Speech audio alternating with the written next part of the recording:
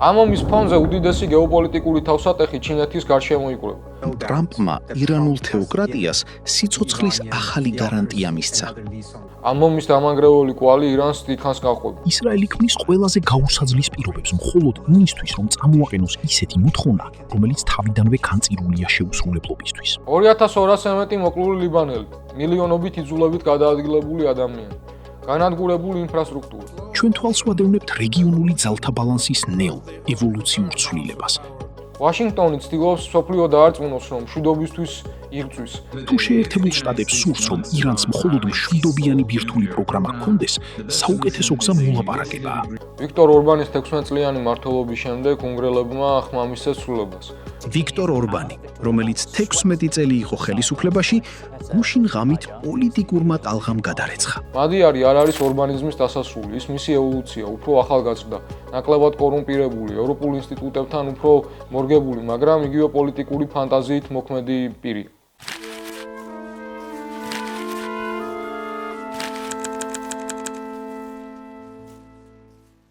გამარჯობა. ეს არის ყოველკვირეული მიმოხილვა რა ხდება მსოფლიოში. როგორც წინა ეპიზოდებში, დღესაც იმპერიების ბარბაროსობასა და ჩაგრული ხალხის თავისუფლებისთვის ბრძოლის შესახებ მოგიყვებით. იმაზე, რასაც მეინსტრიმ მედიაში იშვიათად ნახავთ. თუმცა, იმისთვის, რათა ჩვენი ხმა მომავალში ცისმოდეს, ერთადერთი გზა თქვენი აქტიურობა. გთხოვთ გახდით ჩვენი მხარდამჭერი ყოველთვიური დონაციით და გამოიწერეთ ჩვენი სოციალური ქსელები.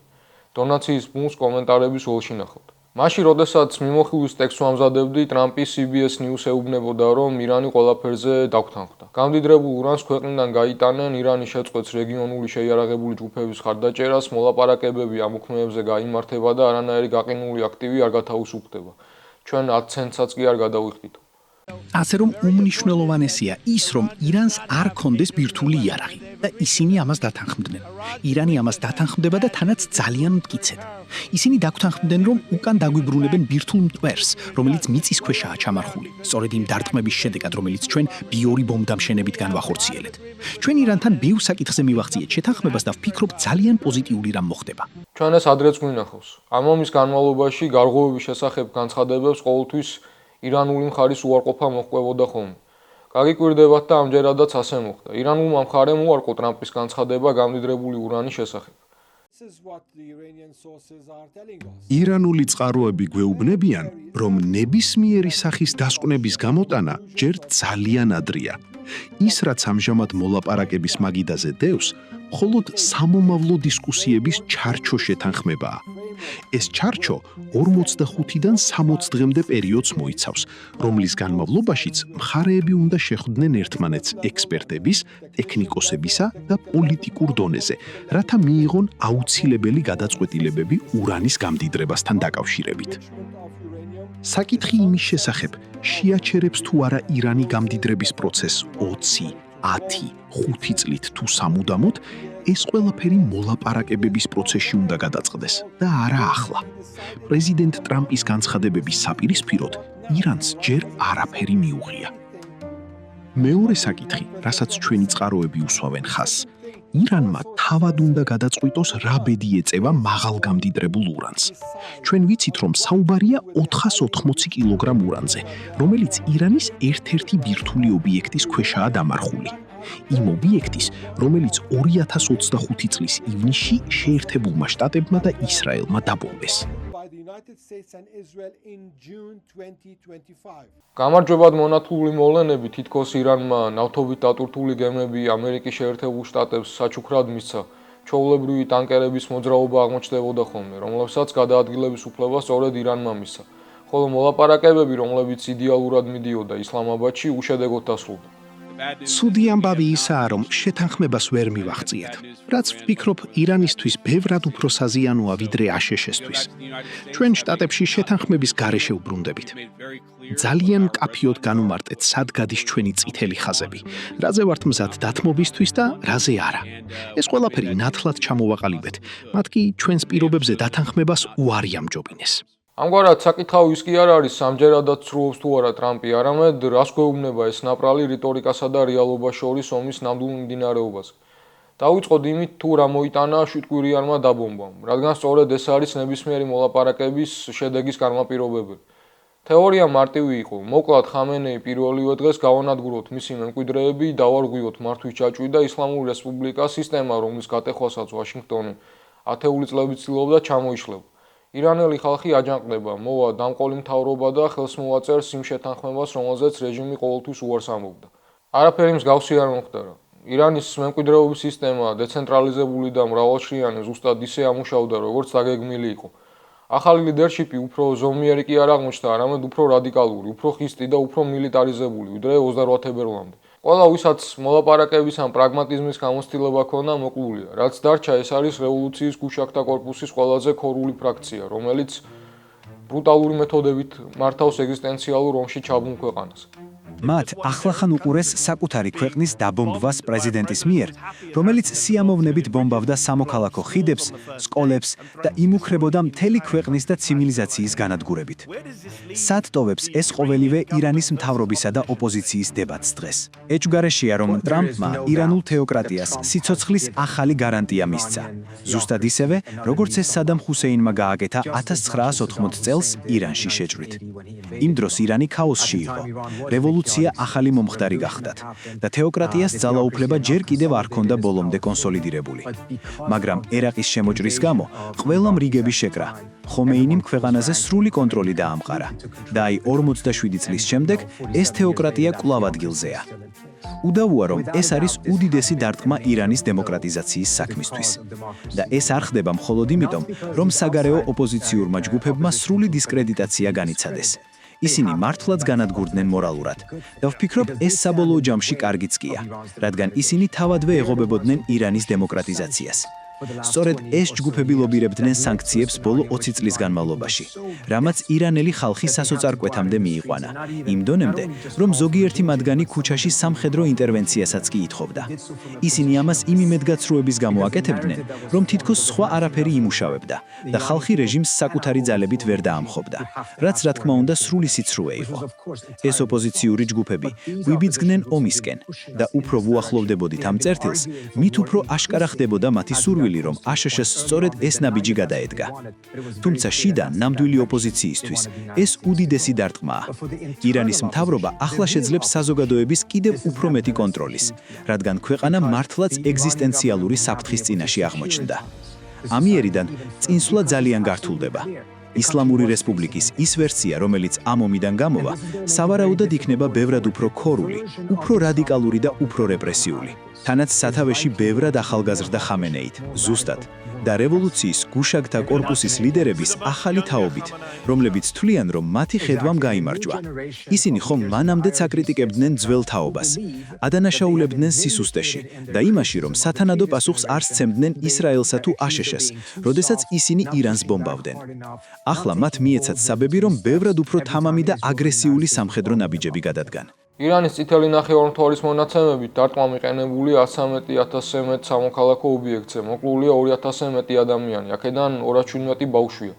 დაშავებულია 21,000-ზე მეტი, დევნილად იქცა 3 მილიონი. პასტერის ინსტიტუტი, საუკუნოვანი სამედიცინო ცენტრი განადგურებულია. დაიბომბა 20 უნივერსიტეტი, პროფესორი მის ორ-შვილთან ერთად საკუთარ სახლში ააფეთქეს. ერთ-ერთი უცხოელი ჟურნალისტი თეირანში შესვლას ასე აღწერს: 12 საათიანი მგზავრობისას ის ხედავდა რევოლუციის გუშაქთა კორპუსის ყაზარმებსა და ბაზებს, რომლებიც მიწასთან იყო გასწორებული. ქალაქში კი საცხოვრებელი ქუჩები ნანგრევებითაა სავსე და მოსახლეობა ერთხმად ამბობს, რომ ისინი სამოქალაქო სამიზნეები იყვნენ. ზედაპირულად თეირანი თითქოს ჩვეულ რიტმს უბრუნდება. ტრაფიკი, ღია მაღაზიები, რესტორნები, მაგრამ ეს სხვა ქალაქია.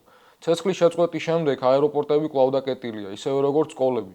ინტერნეტი თითქმის სრულად გათიშულია. უსაფრთხოების ზომები მაქსიმალურია. ფორმიანი და სამოქალაქო პირები ყოველ კუთხეში. ჯავშან ტრანსპორტიორები მთავარ მოედნებზე.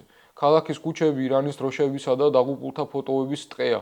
ეს არის რეჟიმის მიერ ორგანიზებული ჭყალებში წინააღმდეგობის სიმბოლოები. თუმცა ერთია, რას ამბობს ფაშისტური თეოკრატიული რეჟიმი, როგორც ცდილობს ირანელებზე მიყენებული ჭრილობების სათავისოდ გამოყენებას და მეორეა რას განიცდის გრძელსა და უროს, გარე აგრესორსა და შიდა მჩაგვრელს შორის მოქცეული ირანელი. მოგესალმებით, ქალბატონო. სასიამოვნოა თქვენი გაცნობა. იმედი მაქვს მოგეწონებათ აქაურობა, მაგრამ როგორც ხედავთ, ეს ჩვენი რეალობაა. ეს ირანის დღევანდელი ყოფაა. ცუდ დროს მოგიწიათ ირანში ჩამოსვლა. შეხედეთ, ყველა მათგანი, ყველა ეს დაღუპული ახალგაზრდაა. ყველა მშობელი სასოწარკვეთილია. ეს არ უნდა იყოს წესი. ეს არ არის ის, რასაც ირანელი ხალხი იმსახურებს. თუ ორივე მხარის პროპაგანდისტული განცხადებების მიღმა გავიხედავთ, ამ ომის დამანგრეველი კვალი ირანს დიდხანს გაჰყვება. შარიფის ტექნოლოგიური უნივერსიტეტის დაბომბვა არ ყოფილა მხოლოდ ბეტონისა და მინის მსხვერპლობა. ეს იყო მიზანმიმართული დარტყმა ქვეყნის მომავალზე, მის გონებასა და ინტელექტუალურ პოტენციალზე. ეს უნივერსიტეტი 10 წლეულების განმავლობაში იყო ადგილი, სადაც ირანის ყველაზე ნათელი გონება იყრიდა თავს. როდესაც ბომბი აუდიტორიაში ვარდება, ის მხოლოდ კედლებს არ ანგრევს, ის ანადგურებს კვლევებს, იდეებს და იმ მომავალ მეცნიერებს, რომლებსაც ეს ქვეყანა კრიზისიდან უნდა გამოეყვანათ. ეს არის განაცხადი იმპერიისგან. ჩვენ არ გვჭირდება თქვენი პროგრესი, ჩვენ მხოლოდ თქვენი მორჩილება ან სრული პარალიზება გვაინტერესებს. ასევე სიმბოლურია თეირანის ერთ-ერთი უძველესი სინაგოგის ნანგრევებად ქცევა. ირანი არ არის ის რადიკალური მონოლითი, როგორადაც მას დასავლური პროპაგანდა ხატავს. აქ დასავლეთ აზიის სიდიდით მეორე ებრაული თემი ცხოვრობს, რომელიც საუკუნეების განმავლობაში ამ მიწის განუყოფელი ნაწილი იყო. ამ უძველეს სალოცავის დაბომბვა არის თავდასხმა თავად ირანის ისტორიულ მრავალფეროვნებაზე. იმპერიალისტური ბომბი არ არჩევს რელიგიას ან ეთნოს, ის ანადგურებს ყველაფერს, რაც საერთო იდენტობასა და მშვიდობიან თანაცხოვრებას უკავშირდება. წუხელ თეირანში სინაგოგაზე თავდასხმა მოხდა და ეს აჩვენებს, რომ ისრაელის სიონისტურ რეჟიმს არანაირი რთმენა არ გააჩნია ებრაული პრინციპების მიმართ და ისინი არ მიჰყვებიან მოსეს გზას. მაგრამ ომის ნამდვილი მასშტაბები მხოლოდ დანგრეული ხიდებითა და დამწვარი უნივერსიტეტებით არ იზომება. ყველაზე მძიმე ნგრევა იქ მიმდინარეობს, სადაც კამერები ვერ აღწევენ ადამიანების ფსიქიკაში. როგორც წინა ეპიზოდშიც აღნიშნე, ინფორმაციული ბლოკადის პირობებში, როცა ირანის შიგნით ინტერნეტი პრაქტიკულად მკვდარია, არსებობს პლატფორმები, რომლებიც მაინც ახერხებენ ხალხის ხმის გარეთ გამოტანას. ერთ-ერთი ასეთი გამორჩეული პროექტია YouTube არხი პანორამა, გადაცემა, რომელიც დღეს ირანული საზოგადოების ყველაზე მტკივნეულ წერტილებს აშიშვლებს.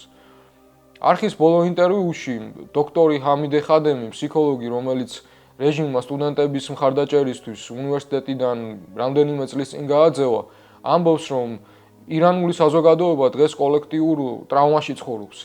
ეს აღარ არის უბრალოდ სტრესი ან ბრაზი. ეს არის მდგომარეობა, როცა ქვეყანა ერთი კატასტროფიდან მეორეში ისე ვარდება, რომ წინა დარტყმის გააზრებასაც ვერ ასწრებს. დააკვირდით ამ დინამიკას.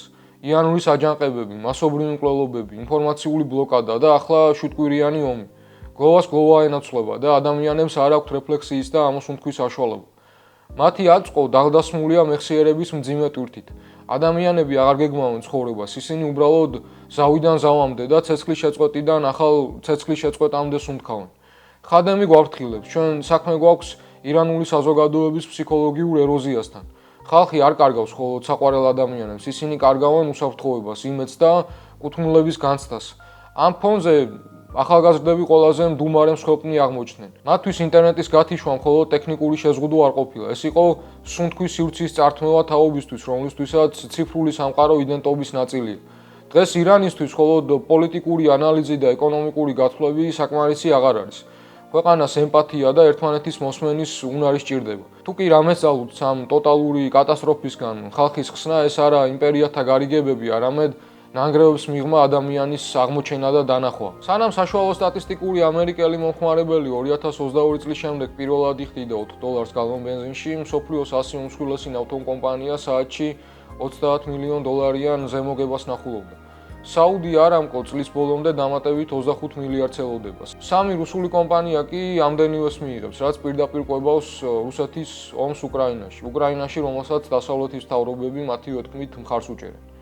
ირანი კი ამავდროულად ომამდელზე ორჯერ მეტ შემოსავალს იღებდა ნავთობიდან. ომი, რომელსაც ირანის ეკონომიკა უნდა გაენადგურებინა, სინამდვილეში იქცა სიმდიდრის გადაკაჩვად ამერიკული მომხმარებლიდან ნავთობ გიგანტებზე. ირანი ატარებდა ტანკერებს თავისი მყიდველებისთვის და ამით აჩვენებდა, რომ სრუტეს ის კი არ აკონტროლებს, ვინც ყველას ბლოკავს ან ყველას ბომბავს, არამედ ის, ვინც წყვეტს, ვინ გაატაროს. გაერო სურსათისა და მსოფლიოს მეურნეობის ორგანიზაცია გლობალური შიმშილის საფრთხეზე საუბრობს. მსოფლიოს ასუხის ექსპორტის მესამედი ყურეზე მოდის. სრუტის ჩაკეტვამ ჩაშალა ჩრდილოეთ ნახევარსფეროს საგაზაფხულო თესვა.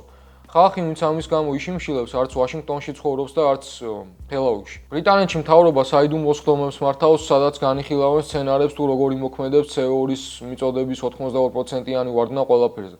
დაწყებული საკვების შეფუთვიდან დამთავრებული MRI აპარატებით. ენერგეტიკის საერთაშორისო სააგენტო გვაფრთხილებს საუდი რეისების გაუქმებაზე საწვავის დეფიციტის გამო. ამ ომის ფონზე უდიდესი გეოპოლიტიკური თავსატეხი ჩინეთის გარშემო იკვრება. ერთი შეხედვით პეკინი ვაშინგტონის მთავარი სამიზნეა. ამერიკელი ანალიტიკოსები პირდაპირ ამბობენ, ტრამპის საზღვაო ბლოკადა ირანთან ერთად მიზნად ისახავს ჩინეთს ეზეწოლას, რათა აიძულოს პეკინი გამოიყენოს თავისი ბერკეტები თეირანზე. და ლოგიკა მარტივია. ჩინეთი ირანის ნავთობის 90%-ის მყიდველია, ტრამპის გათვლით ენერგეტიკული შიმშილი პეკინს მოლაპარაკებების მაგიდასთან დასვამდა. მაგრამ აქ ვაშინგტონი მწარედ ცდება. ჩინეთის დამოკიდებულება ირანულ ნავთობზე არ არის ისეთი მყისიერი და კრიტიკული, როგორც ეს თეთრ სახლს გონია. პეკინმა წინა ომების გამოცდილებით უზარმაზარი სტრატეგიული რეზერვები დააგროვა. ზოგიერთი გათვლით 13 მილიარდ ბარელამდე. ეს კი ჩინეთს აძლევს 3-დან 6 თვემდე ბუფერს, რაც სხვა არც ერთ დიდ ეკონომიკას არ გააჩნია. სანამ მსოფლიო ენერგეტიკულ კოლაფსს უყურებს, ჩინეთის ეკონომიკა პირველ კვარტალში მაინც 5%-ით გაიზარდა, მაგრამ ეს არ ნიშნავს, რომ პეკინი მშვიდადაა. მათთვის ომი და სრუტის ხანგრძლივი ჩაკეტვა მიუღებელია, არა მხოლოდ ირანის, არამედ იმის გამოც, რომ ჩინური იმპორტის 40% სწორედ ჰორმუზის სრუტეზე გადის. აქ კი იწყება ჩინური დიპლომატიის ყველაზე საინტერესო ნაწილი. იმ ფონზე, როცა ტრამპს მსოფლიო ენერგეტიკული ბაზრების დესტაბილიზაციაში ადანაშაულებენ, ჩინეთი გვევლინება როგორც ერთადერთი გონიერი და გაწონასწორებული ზესახელმწიფო. შემთხვევითი არ არის, რომ პეკინში თითქმის ყოველდღე ჩადიან მსოფლიო ლიდერები. ესპანეთის პრემიერიდან დაწყებული აბუ-დაბის პრინცით დასრულებული. ისინი ეძებენ სტაბილურობას იქ, სადაც ვაშინგტონმა ქაოსი დატოვა. სრულიად შესაძლებელია, რომ როდესაც ეს ომი დასრულდება, ყველაზე დიდი სტრატეგიული და დიპლომატიური მოგება სწორედ ჩინეთს დარჩეს. პეკინმა აჩვენა, რომ სანამ ამერიკა ბომბავს, ის აშენებს ახალ გეოპოლიტიკურ რეალობას, სადაც ვაშინგტონის ნდობა საბოლოოდ შელახულია. ეს არ არის შემთხვევითობათა სერია. ეს არის სტრატეგია, რომელსაც ჩინეთი 10 წლეულებია ახორციელებს. ამერიკის მიერ დომინირებული გლობალური ფინანსური სისტემის ალტერნატივის მშენებლობა. ეს ხდება არა სამხედრო დაპირისპირებით, ან დრამატული დეკლარაციებით, არამედ მშვიდი, მომთმენი და უხილავი ეკონომიკური არქიტექტურით, რომელთანაც პირდაპირი დაპირისპირება ამერიკისთვის უკიდურესად რთულია, გაცილებით მასშტაბური კონფლიქტის პროვოცირების გარეშე. ეს მიგვიყვანს კითხვამდე, რომელსაც მეინსტრიმ მედიაში არავინ სვამს. თუ ჩინეთის ეკონომიკური არქიტექტურა არის ის, რამაც ირანს საშუალება მისცა ეს კონფლიქტი საკუთარი პირობებით დაესრულებინა, რას ნიშნავს ეს ამერიკის ყოველი მომავალი მცდელობისთვის გამოიყენოს სანქციები და ბლოკადა ნებისმიერი იმ ქვეყნის წინააღმდეგ, რომელსაც ჩინეთთან ღრმა ურთიერთობა აქვს. დააკვირდით ბოლო 3-10 წლეულის ტენდენციას. ჩრდილოეთ კორეა ამერიკულ სანქციებს უკვე 30 წელია უძლებს. ვენესუელა ამ სანქციებს უკვე წლებია უძლებს. რუსეთმა 2022 წლის შემდეგ შთანთქა თანამედროვე ისტორიაში ყველაზე ყოვლის მომცველი სანქციების რეჟიმი და ის დღემდე აგრძელებს სრულმასშტაბიან ომს უკრაინაში. ირანმა გადაიტანა 48 დღიანი უწყვეტი დაბომბვა და საზღვაო ბლოკადა და მაინც მოახერხა, რომ კონფლიქტიდან გამოსვლის პირობები თავადვე აირჩია. ყველა იმ შემთხვევაში, სადაც ამერიკულმა ეკონომიკურმა ზეწოლამ ვერ მოიტანა ის შედეგი, რისთვისაც იყო შექმნილი, საერთო სტრუქტურული მიზეზი იდენტურია. ჩინეთი. ჩინეთი თავისი იუანის საგადახდო სისტემით, რომელიც დოლარის მიღმა უპერირებს. მისი მზაობა იყო სანქცირებული ექსპორტის უკანასკნელი იმედის მყიდველი. მისი სტრატეგიული რეზერვები, რომლებიც შთანთქავენ იმ ენერგეტიკულ შოკებს, რომლებსაც სანქციები იარაღად იყენებს. და მისი ვეტო გაიროს უშიშროების საბჭოში, რომელიც ბლოკავს საერთაშორისო იძულების მექანიზმებს. ის, რაც ახლა ჰორმუზის სრუტეში მოხდა, არის ამერიკის სუეცი. არა იმიტომ, რომ ამერიკამ ბრძოლის ველზე წააგო, არამედ იმიტომ, რომ ამერიკის მაქსიმალური ზეწოლის ინსტრუმენტების ნაკრები, სანქციები, ბლოკადა, ფინანსური ომი და სამხედრო კამპანია პირდაპირ შეეჯახა იმ კონტრ-არქიტექტურას, რომელსაც ჩინეთი მთელი 10 წლეულის განმავლობაში აშენებდა. ეს არის არქიტექტურა, რომელმაც ირანი ფინანსურად შეანარჩუნა, რომელმაც მისი ნავთობის შემოსავლები უხილავი არხებითაა მოძრავა რომელმაც შთანთქა ის ენერგეტიკული შოკი, რომელიც ირანის წინააღმდეგობის გასატეხად იყო გათვლილი და რომელმაც ირანს მისცა მოთმინება და სტაბილურობა, რათა თავად აირჩია გამოსვლის მომენტი, პირობები და კონტექსტი. ამერიკამ მოიტანა მაქსიმალური ძალა, ჩინეთს კი უკვე აგებული ჰქონდა მაქსიმალური მდგრადობა და უბსკრული ამ ორ რამეს შორის, იმას რაც ამერიკამ გამოიხენა და იმას რასაც მან მიაღწია, ახლა თვალსაჩინოა დედამიწის ყველა საგარეო უწყებისა და სტრატეგიული დაგეგმარების ოფისისთვის. ამერიკის შეერთებულმა შტატებმა ირანის პორტებზე სრული საზღვაო ბლოკადა გამოაცხადა.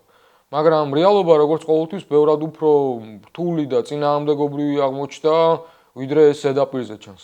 17 აპრილს ირანის საგარეო საქმეთა მინისტრმა აბას არაღჩიმ მსოფლიოს ამცნო, რომ ჰორმუზის სრუტე კომერციული გემებისთვის გაიხსნა.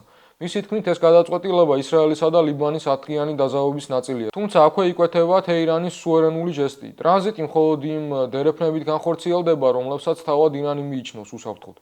ამ ამბავმა ნავთობის ბაზარზე ფასების მკლება გამოიწვია, თუმცა გადამზიდავი კომპანიები სიფრთხილეს მაინც ინარჩუნებენ. იმიტომ რომ პარალელურად დონალდ ტრამპი სრულიად აბსურდულ პოზიციას იკავებს. ის მიესალმება სრუტის გახსნას, რაც მისთვის ეკონომიკური ამოსუნთქვაა, მაგრამ აცხადებს, რომ ირანული პორტების ბლოკადას მაინც გააგრძელებს. ამაზე ირანის პასუხი იყო მუქარა, რომ საპასუხოდ ბლოკადას წითელ ზღვაშიც გადაიტანს და ვინ აკონტროლებს წითელი ზღვის გასასვლელს? იგივე ძალები, ვინც ბაბელ-მანდების სრუტე 2 წლით ჩაკეტეს ღაზას გენოციდის დროს. მათი რაკეტები კვლავ მუშაობს. ამერიკული ავიამზიდი ჯორჯ ბუში ახლა აფრიკის სამხრეთით მიცურავს, რომ მათ თავი აარიდოს. ეს არ გავს იმ ფლოტის პოზიციას, რომელიც წყლებს ტოტალურად აკონტროლებს. ეს არის ომის ყველაზე დიდი პარადოქსი. ტრამპს ჭირდება ჰორმუზის სრუტე გახსნილი, რათა მსოფლიო ეკონომიკა არ ჩამოიქცეს და ნავთობდოლარების დინება არ შეწყდეს, მაგრამ ამავე დროს სურს ირანის პორტები დახშული დარჩეს. სამართლებრივად ეს სხვა არაფერია თუ არა საზღვაო ოკუპაცია და მეკობრეობა ირანის ტერიტორიულ წყლებში, თუმცა როგორც ირკვევა, ეს ბლოკადაც მხოლოდ ქაღალდზია სრული. პირველ დღეებშივე 15-მდე გემმა შეძლო პორტებში შესვლა საიდენტიფიკაციო სისტემების გათიშვით. ვაშინგტონი ახლა ჩიხშია, ის ცდილობს შეინარჩუნოს აგრესორის იმიჯი, მაშინ როცა რეალურად იძულებულია დათანხმდეს ირანის მიერ ნაკანახევ პირობებს სრუტის გახსნაზე. მოლაპარაკებები კვირის ბოლოს ან შემდეგი კვირის დასაწყისშია ჩანიშნული და სწორედ იქ გამოჩნდება, რამდენად შორწავა ტრამპი ამ ქაღალდის ბლოკადის თამაში. მსოფლიო მედიამ დიდი ზარზე იმით გამოაცხადა, ისრაელსა და ლიბანის მთავრობას შორის 10 დღიანი ცეცხლის შეწყვეტის შეთანხმება დაიდო. ერთი შეხედვით ეს ჰუმანიტარული ამოსუნთქვაა, მაგრამ თუ მოვლენებს სიღრმეში ჩავხედავთ, დავინახავთ, რომ ეს მშვიდობა უფრო მეტ საფრთხეს შეიცავს, ვიდრე თავად ცხელი ფაზა. დავიწყოთ იმით, რომ ეს არის შეთანხმება ისრაელსა და ლიბანის ოფიციალურ მთავრობას შორის, სადაც ჰეზბოლა რეალური სამხედრო ძალა ადგილზე. მოლაპარაკებებში საერთოდ არ მონაწილეობდა. ისრაელის ჯარებს სამხრეთ ლიბანი არ დაუტოვებიათ. მეტიც, ზავის ძალაში შესვლამდე სულ რამდენიმე საათით ადრე ისრაელის ავიაციამ მდინარე ლიტანიზე ბოლო ხიდიც ააფეთქა, რითაც რეგიონი საბოლოო იზოლაციაში მოაქცია. 60-იანი წლების შემდეგ ისრაელი ლიბანში უკვე მეშვიდედ შეიჭრა. ისტორია გვასწავლის, რომ ყოველ ჯერზე ოკუპანტი მხოლოდ მაშინ გადიოდა, როცა წინააღმდეგობა მის ყოფნას გაუსაძლეს ხდიდა. ეს ზავი კი ხანგრძლივი მშვიდობისთვის არ შექმნილა. ის არის მახე ლიბანის მთავრობისთვის. ისრაელი ბეირუთისგან ითხოვს ჰეზბოლას სულ განიარაღებას. დავალებას, რომლის შესრულებაც ლიბანის სუსტ სახელმწიფოს ფიზიკურად არ შეუძლია. ეს კი ისრაელს ნებისმიერ წამს აძლევს ბრჭყალებში ლეგიტიმურ საბაბს, რომ კვლავ დაბრუნდეს და უფრო ფართომასშტაბიანი შეტევა დაიწყოს. ისრაელი აგრძელებს თავდასხმებს ლიბანზე. მათი ერთ-ერთი მთავარი ულტიმატუმი ჰეზბოლას განიარაღებაა. თუმცა ისრაელის პოზიცია ყველაფერია გარდა გონივრულობისა. ლიბანში გვაქვს წინააღმდეგობის მოძრაობა, შეიარაღებული დაჯგუფება და ძალიან სუსტი ცენტრალური ხელისუფლება. ამის საპირისპიროდ გვყავს ისრაელი, ქვეყანა, რომელიც ლიბანში უკვე მეშვიდედ შეიჭრა. 18 წლის განმავლობაში სამხრეთ ლიბანის სამხედრო ოკუპაცია ჰქონდა მოწყობილი და იქ საკუთარი მარიონეტული მილიციაც კი შექმნა. 1992-დან 2000 წლამდე ოკუპაციის შემდეგ ისრაელი ყოველდღიურად აგრძელებს ლიბანის საჰაერო სივრცისა და სუვერენიტეტის დარღვევას. 2024 წლის ნოემბრის ზავის შემდეგაც კი დაერომ ისრაელის მხრიდან 10,000-მდე დარღვევა დააფიქსირა. ეგ წეთოდებოდ ცეცხლის შეწყვეტის პერიოდში 300-ზე მეტი ლიბანელი მოკლეს. თუ ეს ყველაფერი ღაზას გაგუნებთ, არ ცდებით, სცენარი იდენტურია. აბსურდულია იდეა, თითქოს ისრაელი მოლაპარაკების მაგიდასთან სუფთა ხელებით ზის და მოთხოვნებს უყენებს ლიბანის მთავრობას, რომელსაც მათი შესრულების არანაირი რესურსი არ გააჩნია. ისრაელიც კარგად იცის, რასაც აკეთებს. ის მაგიდაზედებს პირობას, რომელიც გარედან გონივრულობით ჟღერს, მაგრამ მისი ერთადერთი მიზანი ლიბანის მთავრობის დამცირება და უხერხულ მდგომარეობაში ჩაყენებაა. თელ-ავივმა თავად შექმნა ისეთი პირობები, რომლებშიც ამ მოთხოვნების შესრულება შეუძლებელია. მან ის მოთხოვნა წამოაყენა ლიბანის ისტორიაში ერთ-ერთი ყველაზე სასტიკი და გამანადგურებელი სამხედრო დარტყმის შემდეგ, რომელიც ზავის გამოცხადებიდან სულ რაღაც ერთ დღეში განხორციელდა. მოკლედ რომ ვთქვათ, ისრაელი ქმნის ყველაზე გაუსაძლის პირობებს მხოლოდ იმისთვის, რომ წამოაყენოს ისეთი მოთხოვნა, რომელიც თავიდანვე განწირულია შეუსრულებლობისთვის. 2200-ზე მეტი მოკლული ლიბანელი, მილიონობით იძულებით გადაადგილებული ადამიანი, განადგურებული ინფრასტრუქტურა. ეს არის ის ფასი, რომელსაც ქვეყანა ამერიკული ორპირობის გამოიხდის. დონალდ ტრამპმა მკაცრად განაცხადა, ისრაელმა უნდა შეწყვიტოს მიამის ნებას არ დავრთავო, თუმცა ამ სიტყვებიდან ზუსტად 1 საათში ისრაელის დრონმა სამხრეთ ლიბანს მაინც დაარტყა. სინამდვილეში ვაშინგტონს ხელთ აქვს გამორთული ღილაკი, სამხედრო დახმარების შეწყვეტის ბერკეტი, რომელსაც შეუძლია ისრაელის სამხედრო მანქანამ მნიშვნელოვნად გააჩეროს, მაგრამ თეთრი სახლი ამ ღილაკს არ იყენებს. ვაშინგტონი ამჯობინებს უყუროს, როგორ იქცევა ლიბანი მორიგ პოლიგონად, სანამ თავად მსოფლიოს წინაშე მშვიდობის ყოფილის ნიღბით პოზირებს. თუმცა რაც არ უნდა მყიფე იყოს ესავი და რაც არ უნდა დიდხანს გაგრძელდეს ისრაელის ჯარების ყოფნა ლიბანის მიწაზე, თავად ფაქტი, რომ ვაშინგტონმა და თელ-ავივმა ეს ნაბიჯები გადადგეს და ცეცხლის შეწყვეტას დათანხმდნენ, ბევრ ამაზე მეტყველებს. ეს არ არის მათი კეთილინება, ეს არის აღიარება იმისა, რომ ამ რეგიონში ძალთა ბალანსი ფუნდამენტურად იცვლება. The group of movements and countries that have been involved in this მოძრაობათა და ქვეყანათა ის ჯგუფი, რომელიც წინააღმდეგობის ღერძის სახელითაა ცნობილი და რომელიც ისრაელის ჰეგემონიასა და ამერიკულ მილიტარიზმს უპირისპირდება, კვლავაც ქმედით უნარიანია. dominate the region, but they're strong enough to do what they შესაძლოა ისინი რეგიონში არ დომინირებენ, მაგრამ საკმარისად ძლიერნი არიან იმისათვის, რაც ახლახან გააკეთეს. almost single-handedly ბოლო 6 კვირის განმავლობაში ჩვენ ვნახეთ, როგორ შეძლეს ირანმა და ჰეზბოლამ, ფაქტობრივად მარტო, რეგიონის ორი უდიდესი სამხედრო ძალის, აშშ-სა და ისრაელის შეკავება. ceasefires, one in Iran and now one მათ აიძულეს მოწინააღმდეგეები, წასულიყვნენ ორ ზავზე, ჯერ ირანში, ახლა კი ლიბანში. war may resume. რა თქმა უნდა, ეს არ არის დასრულებული ისტორია. პროცესი გრძელდება, ზავი შესაძლოა დაირღვეს და ომი განახლდეს. მაგრამ თავად ფაქტი, რომ აშშ და ისრაელი იძულებულნი გახდნენ ამ დათმობებზე წასულიყვნენ, რეგიონში ძალთა ბალანსის ევოლუციაზე მიანიშნებს. In many Arab countries who are especially in the ამას ჩვენ დავინახავთ არაბული ქვეყნების ქცევაშიც, განსაკუთრებით ენერგორესურსებით მდიდარ ყურის რეგიონში, სადაც ისინი საკუთარი საგარეო კავშირების გადაფასებას დაიწყებენ. ისინი კვლავ დარჩებიან აშშ-ს ახლო მეგობრებად, იყიდიან უამრავ იარაღსა და ტექნოლოგიას, მაგრამ ამავდროულად მოახდენენ რეკალიბრაციას, რათა უფრო შინაარსიანი კავშირები დაამყარონ ირანთან, თურქეთთან, ჩინეთთან და რუსეთთან. ჩვენ თვალს ვადევნებთ რეგიონული ძალთა ბალანსის ნელ ევოლუციურ ცვლილებას. ამ ყველაფრის ფონი კი ისაა, რომ არაბული სამყაროს, თურქეთისა და ირანის მოსახლეობის აბსოლუტური უმრავლესობა, დაახლოებით მილიარდის 3/4, ისრაელსა და აშშ-ს თავიანთ მთავარ საფრთხედ მიიჩნევს. ასე რომ ჩვენს თვალწინ, ნელ მოძრაობაში, მართლაც რაღაც ისტორიული ხდება. historic is going on here in slow motion. ტრამპი ამბობს, რომ ირანი ყველაფერზე თანახმა. ამერიკელი მაღალჩინოსნები კი ამბობენ, რომ კრიტიკულ საკითხებზე ასლთა სხვადასხვაობა რჩება. ტრამპი იყენებს ირანისავე ეკუთვნილ 20 მილიარდს, როგორც პოლიტიკურ შანტაჟს. ჯერ პირდება მათ ამ ფულის დაბრუნებას მოლაპარაკებების სანაცვლოდ, შემდეგ კი საჯაროდ უარყოფს, რათა თეირანი კიდევ უფრო გამოუვალ მდგომარეობაში ჩააყენოს. საკითხავია ურანის გამდიდრების შეჩერებაც და მისი ამერიკის შეერთებული შტატებისთვის გადაცემის საკითხიც, რაზეც ტრამპი აპელირებდა. ირანი ამერიკულ მხარეს 5 წელს თავაზობდა, ვაშინგტონი 20 ითხოვდა. თუ კი მოვლენებს ზედაპირულად არ შევხედავთ, მივალთ ერთ პარადოქსულ და სახიფათო დასკვნამდე. თავისი აგრესიული ქმედებებით დონალდ ტრამპი ირანს არა ბირთვული იარაღის დათმობისკენ, არამედ სწორედ ბირთვული ბომბის შექმნისკენ უბიძგებს. და აი რატომ? წლების განმავლობაში თეირანი ოფიციალურად აცხადებდა, რომ ატომური ბომბი მათ რელიგიურ და პოლიტიკურ დოქტრინას ეწინააღმდეგებოდა. მეტიც, 2015 წლის შეთანხმებით მათ ნებაყოფლობით თქოს უარი იარაღზე და საკუთარი ბირთვული ობიექტების საერთაშორისო ინსპექტორებს გაუხსნეს. მაშინ ირანს ჰქონდა გარანტია, რომ დიპლომატიას ეკონომიკური სარგებელი მოქონდა.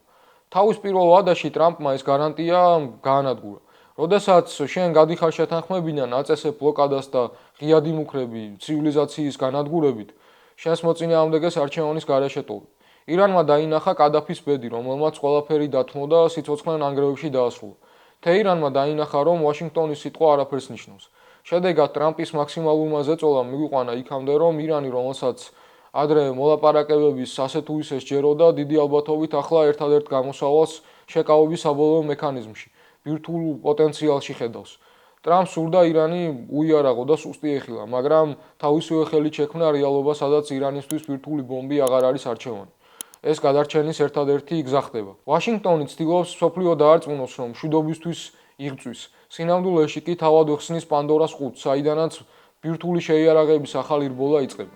Look, the Iranians have been saying for years that they don't want nuclear weapons.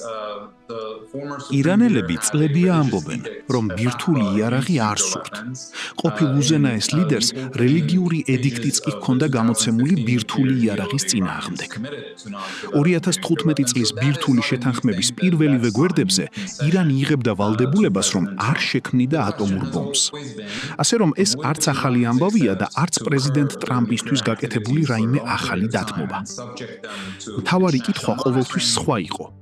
დათანხმდებოდა თუ არა ირანი ბირთვული აქტივობების ხანგრძლივ შეზღუდვასა და საერთაშორისო მონიტორინგს ეკონომიკური სტიმულებისა და სანქციების მოხსნის სანაცვლოდ. ჩვენ გვქონდა ასეთი შეთანხმება. პრეზიდენტი მისგან გავიდა, ახლა კი უჭირს დაუბრუნდეს იმავე პირობებს. დღეს ადმინისტრაცია ითხოვს ირანის გამდიდრების პროგრამის შეზღუდვას 20 წლით. შეგახსენებთ, 2015 წლის შეთანხმებით ეს ვადა 15 წელი იყო. ნუ თუ ამ ყველაფრისთვის გავიარეთ მაქსიმალური ზეწოლის პერიოდი, რომელმაც ირანის საშუალო ფენა გაანადგურა. ნუ თუ ამისთვის დაგჭირდა ომის 2 რაუნდი 1 წელზე ნაკლებ დროში, რამაც შეერთებულ შტატებს ასეულობით მილიარდი დოლარი დაუჭდა. ნუ თუ ეს ყველაფერი მხოლოდ იმიტომ მოხდა, რომ შეზღუდვის ვადა სულ რაღაც 5 წელი დამატებოდა. ამას არანაირი აზრი არ აქვს. თუ შეერთებულ შტატებს სურს, რომ ირანს მხოლოდ მშვიდობიანი ბირთვული პროგრამა ჰქონდეს, საუკეთესო გზა მოლაპარაკებაა, რომელიც აღადგენს საერთაშორისო კონტროლს და დააწესებს გარკვეულ შეზღუდვებს. პროგრამის სრული გაუქმება ირანელებისთვის დამამცირებელი შედეგი იქნებოდა. და იცით რა იმე? უპატიოსნო შეთანხმებები უპატიოსნო მოთამაშეებს შობს. ეს კი ნამდვილად არ არის ის, რაც გჭირდება ქვეყანასთან, რომელმაც უკვე ისწავლა ურანის გამდიდრება და ფლობს ყველაფერს, რაც ბირთვული იარაღის შესაქმნელად არის საჭირო. თუმცა, როცა ამ გეოპოლიტიკურ ჭადრაგზე ვსაუბრობთ, ერთი რამ არ უნდა დაგვაუწყდეს. აქ ვაშინგტონის და თეირანის ხედვა რადიკალურად იყოფა, მაგრამ მსხვერპლი ორივე შემთხვევაში ირანული საზოგადოება. ჰორმუზის სრუტის ბერკეტი რეალურია, მაგრამ ეს ბერკეტი სახელმწიფო სამხედრო აპარატს ეკუთვნის და არა ხალხს. ის გამოყენებული არა განვითარებისთვის, არამედ კრიზისის მართვისა და კონტროლისთვის. ჩვენ ხედავთ ფაშისტური სახელმწიფოს კლასიკურ ენას, ტაქტიკური უკანდახევის მომენტში. ისლამური რესპუბლიკა მოლაპარაკების საჭიროებას აღიარებს, მაგრამ არა ნორმალიზაციისთვის, არამედ საკუთარი ძალაუფლების გადასარჩენად. ტრამპის მაქსიმალისტური პოლიტიკის მარცხით თეირანმა საკუთარი სიძლიერის ისტორიად გადაწერა. ისლამურმა რესპუბლიკამ 47 წლის განმავლობაში შექმნა ეგრეთ წოდებული სუვერენულობის მოდელი, რომელმაც ის ამერიკული იმპერიული წესრიგის მიღმა დატოვა. მაგრამ ეს მოხდა არა საზოგადოების გაძლიერებით, არამედ მისი უკიდურესი დასუსტებით. დღეს ირანელებს ეშინიათ არა მხოლოდ უცხოური ბომბების, არამედ იმ გამანადგურებელი სიღარიბის, უმუშევრობისა და სისასტიკის, რომელიც მათკენ იქნება მიმართული იმ დღესვე, როცა გარეგანი წნეხი ოდნავ მაინც მოიხსნება. ეს არის ამ ომის ყველაზე მწარე შედეგი. მან დაასუსტა ირანის შიგნით არსებული პროგრესული მოძრაობა. ზუსტად ის ადამიანები, ვინც ქვეყნის შიგნით ცვლილებებისთვის იბრძოდნენ. მთელი პოლიტიკური სივრცე დღეს ჩაკეტილია. ეროვნული საგანგებო მდგომარეობის დროშის ქვეშ. ომმა რეჟიმს მისცა ლეგიტიმური საბაბი, რომ ნებისმიერი შიდა პროტესტი ღალატად შერაცხოს. ასე რომ სანამ იმპერიები გარიგებებზე საუბრობენ, ნანგრევებს მიღმა რჩება ხალხი, რომლისთვისაც ეს ომი არც დაწყებულა და არც დასრულებულა. ის მათი ყოველდღიურობაა. გლობალურ მართვა კლასს სურს ირწმუნოს, რომ შეთანხმება იქნება. ალბათ რაღაც ტიპის შეთანხმება მართლაც შედგება, მაგრამ ეს შეთანხმება ვერ აღადგენს იმ სამოქალაქო მოძრაობას, რომელიც ომმა გაანადგურა. ის ვერ გააცოცხლებს თეირანის სასაფლაოებზე დაკრძალულ ხალხს. ვაშინგტონი ამას ისტორიულ მიღწევად გამოაცხადებს. ბაზრები დამშვიდება, ნავთობის ფასი დაეცემა. ირანელი ხალხი კი ისევ ამ წინააღმდეგობაში დარჩება. გარედან უცხოური ომის დარტყმის ქვეშ, შიგნიდან კი იმ რეჟიმის მიერ გაგუდული, რომელიც აცხადებს, რომ მათ სწორედ ამ ომისგან იცავს. ეს საზოგადოება ორივე წნეხზე დიდია, მაგრამ წლები დასჭირდება იმ ნანგრევებიდან ამოსასვლელად, რაც ამ 7 კვირამ დატოვა. 12 აპრილს კვირაღამეს ბუდაპეშტის ქუჩები 1999 წელს გავდა. უცნობი ადამიანები ერთმანეთს ეხვეოდნენ, ხალხი გამთენიამდე ცეკვავდა ავტობუსების გაჩერებაზე. ვიქტორ ორბანის 16 წლიანი მმართველობის შემდეგ უნგრელებმა ხმამისცეს ცვლილებას, დამაჯერებლად და მკაფიოდ. ოპოზიციურმა პარტიამ ტისამ 138 მანდატი მოიპოვა. ორბანის ფიდესმა კი მხოლოდ 55. ეს არ ყოფილა უბრალოდ იღბალი, ეს იყო ნამდვილი პოლიტიკური ზვავი, რომელმაც თვითისდამკვირვებლებიც კი გააოცა, ვინც ორბანის დამარცხებას წინასწარმეტყველებდა. ბევრს ეგონა, რომ მედიის კონტროლისა და საარჩევნო სისტემის манипуляციის ფონზე ორბანი მაინც იპოვიდა გადარჩენის გზას. მან ეს ვერ შეძლო. სანამ ამ გამარჯვების მნიშვნელობაზე გადავალთ, უნდა გვესმოდეს, რომ ეს არ არის სოციალური პროგრესის მომხრეების საზეიმო დღე. ორბანის დაცემის გაანალიზება გვიჩვენებს იმ მემარჯვენე პროექტის ლიმიტებს, რომელიც ბოლო 10 წლებში ევროპულ და ამერიკულ პოლიტიკას განსაზღვრავდა.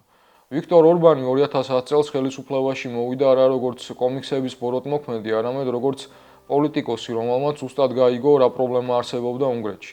1999 წლის ლიბერალურმა ტრანზიციამ ვერ მოიტანა ის, რასაც პირდებოდა ხალხს. პოსტკომუნისტურ პროექტს მართავდა ტექნოკრატიული კლასი, რომელმაც ქვეყანას ეკონომიკური გაჭირვება და უთანასწორობა მოუტანა. 2008 წლის კრიზისმა კი დაადასტურა ის, რასაც უნგრელები ისედაც ეჭვობდნენ. სისტემა მათთვის არ მუშაობდა.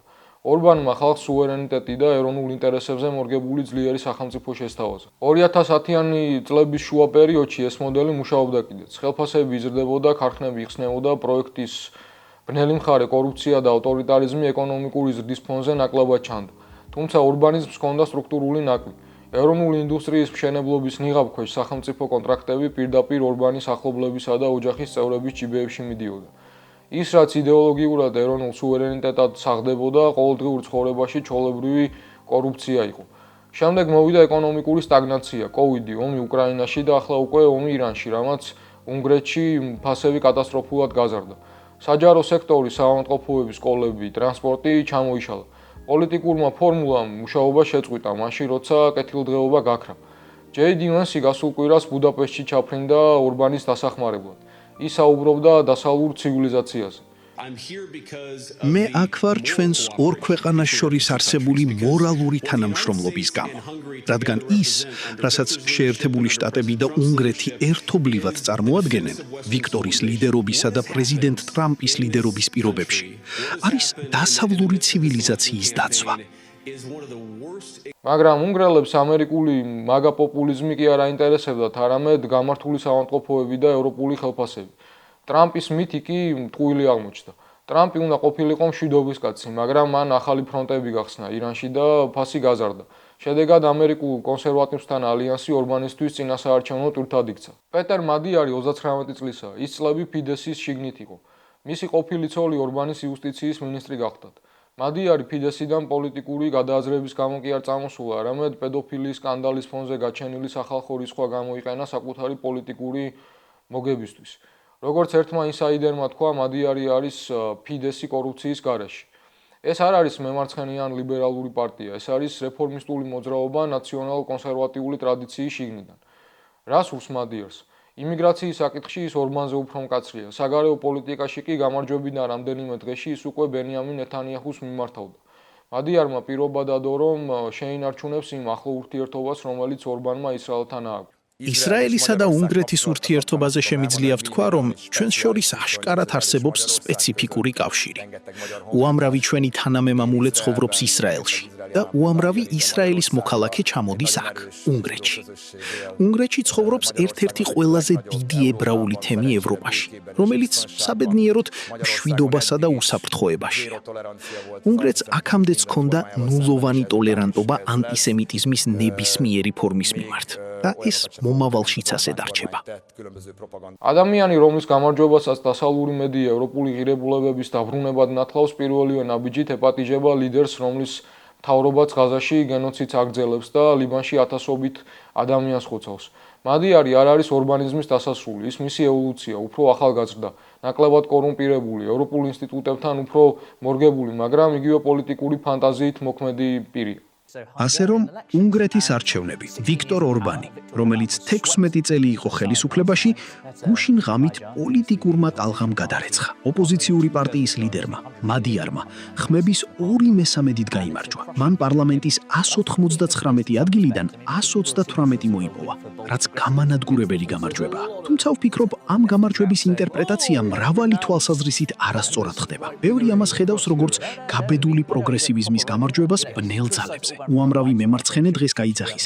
აი ჩვენ უარი ვთქვით პოპულისტურ მემარჯვენეობაზე მთელ ევროპაშიო. სინამდვილეში არა, მადიარი ნამდვილი მემარჯვენეა. ის ორბანს სწორედ მემარჯვენე პოზიციებიდან აკრიტიკებდა. მაგალითად, მიგრაციის შეზღუდვის საკითხში ის ორბანზე უფრო მკაცრია. შარშანდელ პრაიდის აკრძალვასთან დაკავშირებითაც მისი კრიტიკა იმას კი არ ეხებოდა, რომ პრაიდი კარგია. არამედ იმას, რომ ორბანი ამ თემას ყურადღების გადასატანად იყენებდა. ის არ არის სოციალ-ლიბერალი. თავისი გამარჯვებისთვის ის სწორედ სოციალურ კონსერვატორებთან ცდილობს საერთო ენის გამონახვას. მოდით ვთქვათ პირდაპირ, ეს არის კაცი, რომელიც 10 წუთის წინ თავად იყო ორბანის პარტიაში და უბრალოდ მასთან მოუვიდა კონფლიქტი. მისი კამპანია ძირითადად ანტიკორუფციულ ლოზუნგებზე იდგა. ეს კი ერთ რამეს გვეუბნება. თუმცა უნდა ვაღიაროთ, მას ჰქონდა უზუსტესი და გამართლებული სტრატეგია. მადიარმა გააკეთა ის, რაც ძველმა დედაქალაქში ჩაკეტილმა ოპოზიციამ 16 წელი ვერ მოახერხა. მან პოლიტიკა ბუდაპეშტის მყუდრო კაბინეტებიდან რეგიონებში, სოფლებსა და დაბებში გადაიტანა. მან ბოლო 2 წელი ფაქტობრივად გზაში გაატარა. ის დადიოდა იქ, სადაც ოპოზიციონერს მანამდე არავინ ელოდა. ორბანის ყველაზე ერთგულ სიმაგრეებში. მან დაანგრია მითი თითქოს რეგიონები მხოლოდ ფიდესის საკუთრება. მადიარმა გამოიყენა ხალხის რეალური ეკონომიკური და სოციალური უკმაყოფილება და ის ახალ ქარიზმატულ მოძრაობად აქცია. ეს იყო სისტემური მუშაობის გამარჯვება ინერტულობაზე. მადიარმა დაამტკიცა, რომ ავტორიტარული მანქანის დამარცხება შესაძლებელია არა მხოლოდ ტელეეკრანებიდან, არამედ უშუალოდ ხალხში ყოფნით, კარდაკარ სიარულით და იმ პრობლემებზე საუბრით, რაც ჩვეულებრივ უნგრელს ყოველდღიურად აწუხებს. სწორედ ამ სტრატეგიულმა გათვლა მოუტანა მას ეს ისტორიული 2/3-იანი უმრავლესობა. სანამ ორბანის დამარცხება შესაძლებელი გახდებოდა, მანამდე ძველი, არაეფექტური ოპოზიცია უნდა დამარცხებულიყო. 2022 წლისთვის დაქსაქსული მემარცხენე და ლიბერალური ოპოზიციური პარტიები სრულიად არაადეკვატური გახდნენ. მათ ზედიზედ მეოთხედ წააგეს არჩევნები, თანაც ისევ გამანადგურებელი ანგარიშით. შედეგად, ანტიორბანისტულ ბანაკში და ამ მომრჩეველში საერთო იმედგაცრუება გაჩნდა. ხალხი ეძებდა ახალ ჭურჭელს, ახალ პოლიტიკოს, რომელიც მათ ხმასა და მთავრობასთან ბრძოლის სურვილს წარმოაჩენდა. სწორედ ასეთ ფიგურად იქცა პეტერ მადიარი. ის ძალიან ქარიზმატული პოლიტიკოსია. ის ხალხს საჯარო სექტორისა და ინფრასტრუქტურის მოწესრიგებას ხპირდება. მადიარმა ბოლო 2 წელი რეგიონებში სიარულს დაუთმო. ის ატარებდა აქციებსა და შეხვედრებს ისეთ ადგილებში, სადაც მანამდე ოპოზიცია ფეხსაც არ ადგამდა. ორბანის პარტიის ყველაზე მყარ სიმაგრეებში. სწორედ ამ სისტემური მუშაობით, ახალი მოძრაობის შენებით და ეკონომიკური თუ სოციალური პირობებით გამოწვეული უკმაყოფილების გამოყენებით, მან შეძლო ამ გამანადგურებელი გამარჯვების მოპოვება. ორბანის დამარცხებამ აჩვენა, რომ ნაციონალიზმის ინტერნაციონალიზაცია შეუძლებელია. კონსერვატიზმი და ნაციონალიზმი თავისი არსით ვიწრო, კარჩაკეტილ ინტერესებზეა ორიენტირებული.